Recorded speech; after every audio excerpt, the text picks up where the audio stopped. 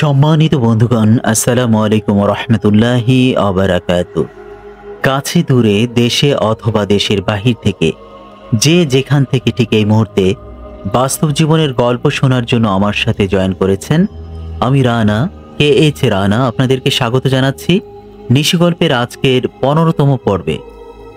বন্ধুগণ, আজ আমি আপনাদেরকে এমন এক গল্প শোনাবো যা আপনাদেরকে নিয়ে যাবে এমন এক ভয়ের জগতে, যেখানে আপনি উপলব্ধি করবেন এক যুবকের পরীর প্রতি অসীম প্রেম এবং তাদের প্রতিদ্বন্দ্বী আর এক ভয়ঙ্কর জিন আজাজেল।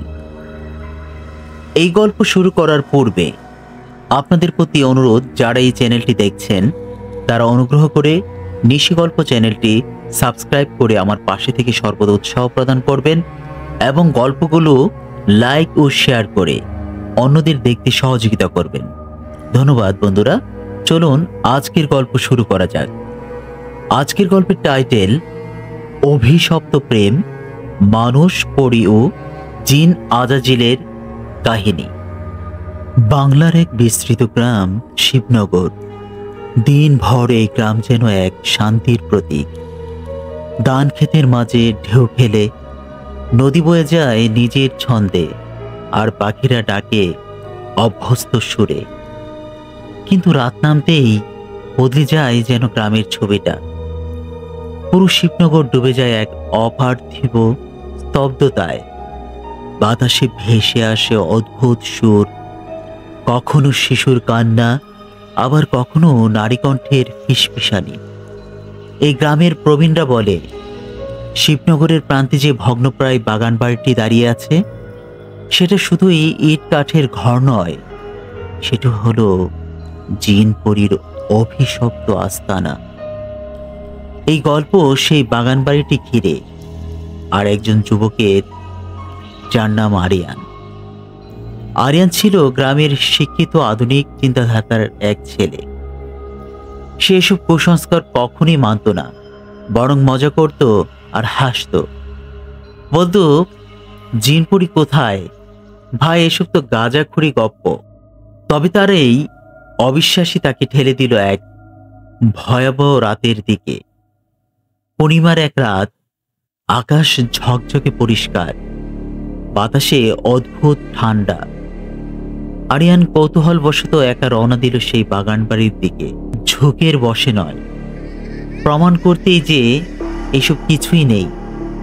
আর হাতে ছিল তার একটি টর্চ লাইট আর বুক ভরা দুঃসাহস। বাগানবাড়ির দরজায় পৌঁছে সে টের পেল বাতাস যেন থেমে গেছে। চারপাশের প্যাঁচার ডাকও যেন আর শোনা যাচ্ছে না। সে বাগানবাড়ির দরজাটা ঠেলে ভেতরে প্রবেশ করল। এক শীতল হাওয়া তার শরীর কাঁপিয়ে দিল। হঠাৎই দেওয়ালের ফাঁক দিয়ে ভেসে এলো এক রহস্যময় ফিসফিস কণ্ঠ। ফিরে যাও, এখানে এসো না। ফিরে যাও, এখানে এসো না। আরিয়ান থমকে গেল, কিন্তু পেছনে আর ফিরল না। তার চোখ যেন আরো কৌতূহলের নেশায় আরো তাকে সাহস জুগিয়ে ভিতরে প্রবেশ করতে উদ্বুদ্ধ করল। হঠাৎই চারপাশে যেন আলো জ্বলে উঠল। না, কোনো মানুষের তৈরি আলো নয়, ঝোনাকির মতো শত শত ছোট্ট আলোক স্ফটিকা বাতাসে যেন ভেসে ভেসে একসাথে একত্রিত হয়ে একটি নারী মূর্তি সৃষ্টি করছে। সেই আলোর ঝলকানির নারী মূর্তিটি হঠাৎ আলো দ্বারা মিলে যেতেই না যেতে দেখল যেন এক তরুণী দাঁড়িয়ে আছে সেখানে। আরিয়ানের সামনে দাঁড়িয়ে আছে এক তরুণী, সোনালি চুল, দুধ সাদা ডানা, দীপ্তিমান চোখ। সে ছিল অপূরব। তাকে দেখে আরিয়ান দম নিয়ে যেন কথা বলার চেষ্টা শুরু করল। সে প্রথমেই বলল, তুমি কে? কে কে তুমি?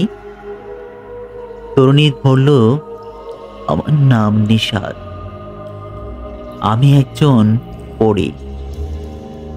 আরিয়ান হেসে ফেলল, তাই নাকি? তাহলে তো সত্যিই এই বাড়িতে কিছু একটা আছে। নিশাত কিন্তু হাসল না, বরং বলল, তুমি চলে যাও আরিয়ান, এই জায়গা মানুষের জন্য নয়। কিন্তু সেই রাতে সেখানেই জন্ম নেয় এক নিষিদ্ধ প্রেমের টান।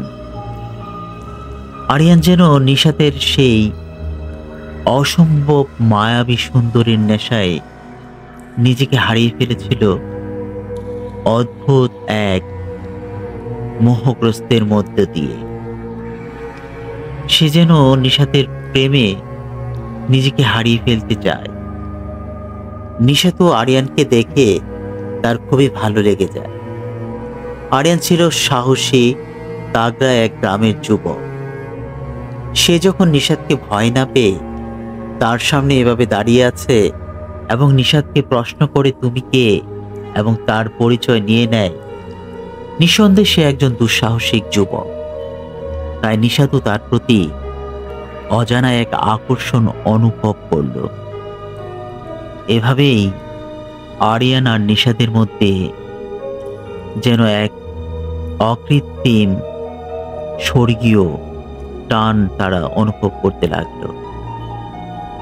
আরিয়ান আর নিশাত এভাবেই সেখানে একে অপরের দিকে অপলক দৃষ্টিতে তাকিয়ে থাকলো এবং তারা নিজেদের মধ্যে যেন এক শত বছরের জন্ম নেওয়া এমনই এক অপার্থিব সম্পর্কের মধ্যে জড়িয়ে গেল। তারা এভাবেই প্রতিদিন দেখা করতে লাগলো। গভীর রাতে আরিয়ান সেই বাগান বাড়িতে চলে যেত এবং নিশাত যথাসময়ে এসে আরিয়ানের সাথে বসে গল্প করত। আরিয়ান আর নিশাত একে অপরকে খুব কাছ থেকে নিজেদের সম্পর্কে জানতে শুরু করলো। আরিয়ান প্রশ্ন করে নিশাদের তাদের এলাকা সম্পর্কে, তার পরিবার সম্পর্কে, নিশাত তার পরিবার এবং সবকিছু সম্পর্কে জেনে যায়। এভাবে তারা প্রতি রাতে দেখা করতে লাগলো বাগান বাড়ির মধ্যে। তারা কথা বলতো, হাসতো, এমনকি একে অন্যকে ছুঁয়ে দেখাও শুরু করলো। কিন্তু এই প্রেমের ছিল একটা বিরাট দাম। নিশাত বলেছিল, পরি আর মানুষের প্রেম কখনো সার্থক হয় না, এই সম্পর্ক অভিশপ্ত।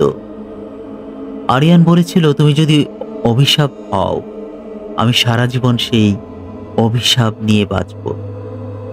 কিন্তু কেউ একা থাকেনি, কেউ তো সাক্ষী হয়নি ভালোবাসার। অন্ধকার আর রাতের আকাশে ভরা পূর্ণিমা আর তারাগুলো যেন তাদের এই প্রেমের অপার্থিব টানের সাক্ষী হয়ে রইল শত বছরের যুগ যুগান্তর ধরে। অন্ধকারে এক ভয়ঙ্কর সত্তা সব কিছু পর্যবেক্ষণ করছিল। তাদের মধ্যকার এই প্রেম, যার ভেতরে এক হিংসা, প্রতিশোধ এবং চরম প্রকার ক্ষোভের বহিঃপ্রকাশ যেন ঘটল সেই সত্তার মধ্যে। সেটা আর কেউ নয়, সে ছিল জিন আজাজিল। শত বছর আগে সে নিশাতকে এক ভালোবাসার চুক্তির মাধ্যমে নিজের করে নিয়েছিল, কিন্তু এখন সে দেখছে তার নিশাত ভালোবেসে ফেলেছে এক মানুষকে। এক ঝোড়ো রাতে বজ্রপাতের আলোয় দেখা দিল সে আজাজিল। আধারে আগুনের মতো জ্বলছিল তার দুটি চোখ। তার কণ্ঠ গর্জে উঠল, নিশাত, তুমি আমারই হয়ে জন্মেছ। নিশাত তার দিকে তাকিয়ে বলল, না আজাজিল, আমি তোমার নই। আজাজিল হেসে উঠল, তবে গোটা গ্রাম জ্বলবে। মানুষের জন্য তুমি আমাকে ত্যাগ করলে আমি সব ছাড়খাড় করে দেব।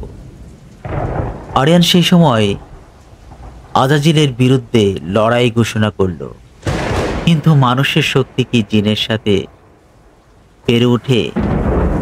ওই ভয়ঙ্কর আজাজিল জিনের কাছে যেন আরিয়ান কিছুই নয়। আরিয়ানও কম যায় না। সে এই আজাজিলের তার যুদ্ধ ঘোষণা করল। আজাজিল ধাক্কা মেরে আরিয়ানকে ফেলে দিল সেই দেয়ালে। আজাজিল যেন তাকে আছড়ে ফেলে দিচ্ছে। নিশাত ছুটে এসে তার সব শক্তি দিয়ে আরিয়ানকে রক্ষা করতে চাইল।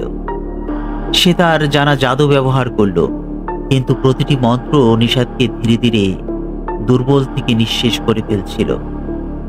চারপাশে যেন আগুন ছড়িয়ে পড়তে লাগলো, গাছপালা জ্বলতে লাগলো, গ্রামবাসীরা ভয়ে চিৎকার করে পালাতে লাগলো।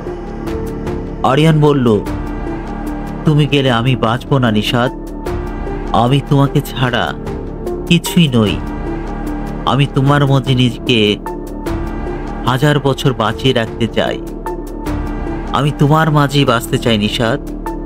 নিশাত কাঁদতে কাঁদতে বলল, কিন্তু তুমি বেঁচে থাকো, তবেই তো প্রেম ভালোবাসা বেঁচে থাকবে। সে আরিয়ানকে জড়িয়ে ধরে বলল, আমাকে ভুলে যেও না। আর এরপরই নিশাত ধীরে ধীরে বাতাসে যেন বিলীন হয়ে গেল। তাকে আর কখনোই দেখা যায়নি। এরপর যেন আরিয়ানও কোথায় নিখোঁজ হয়ে গেল। সেই রাতের পর আরিয়ানকেও আর কোথাও খুঁজে পাওয়া গেল না। কিন্তু সেই রাত থেকে প্রতি পূর্ণিমার রাতে এখনো সেই বাগান বাড়ি থেকে ভেসে আসে এক যুবকের হাহাকার, এক পরীর কান্না, আর সেই ভয়ঙ্কর জিন আজাজিলের হাসি। লোকেরা বলে বাগান বাড়িটি এখনো অভিশপ্ত, এখনো যেন তাদের প্রেম অপূর্ণ। এক মানুষ, এক পরী আর এক। বন্ধুরা, আপনার কি মনে হয় এই গল্পে কি সত্যিই আরিয়ান তার প্রেমের জন্য তার জীবনকে উৎসর্গ করেছিল? সে কোথায় হারিয়ে গিয়েছে? আর নিশাতু বা কোথায় চলে গেল? আর আজাজিলের কণ্ঠই বা অট্টহাসি কেন বাগান বাড়িতে কেন মাঝে মাঝে শোনা যায়? সবকিছুই যেন এক অপার্থিব অভিশপ্ত প্রেমের সাক্ষী হয়ে রয়েছে। আপনার মতামত অবশ্যই কমেন্ট বক্সে জানাবেন। আর এরকম নতুন গল্প পেতে অবশ্যই সাবস্ক্রাইব করুন নিশি গল্প চ্যানেলকে। বন্ধুরা, আজকে এই পর্যন্তই। সবাই ভালো থাকবেন, অন্যকে ভালো রাখবেন। আজকের মতো এখানেই বিদায়। আল্লাহ হাফেজ।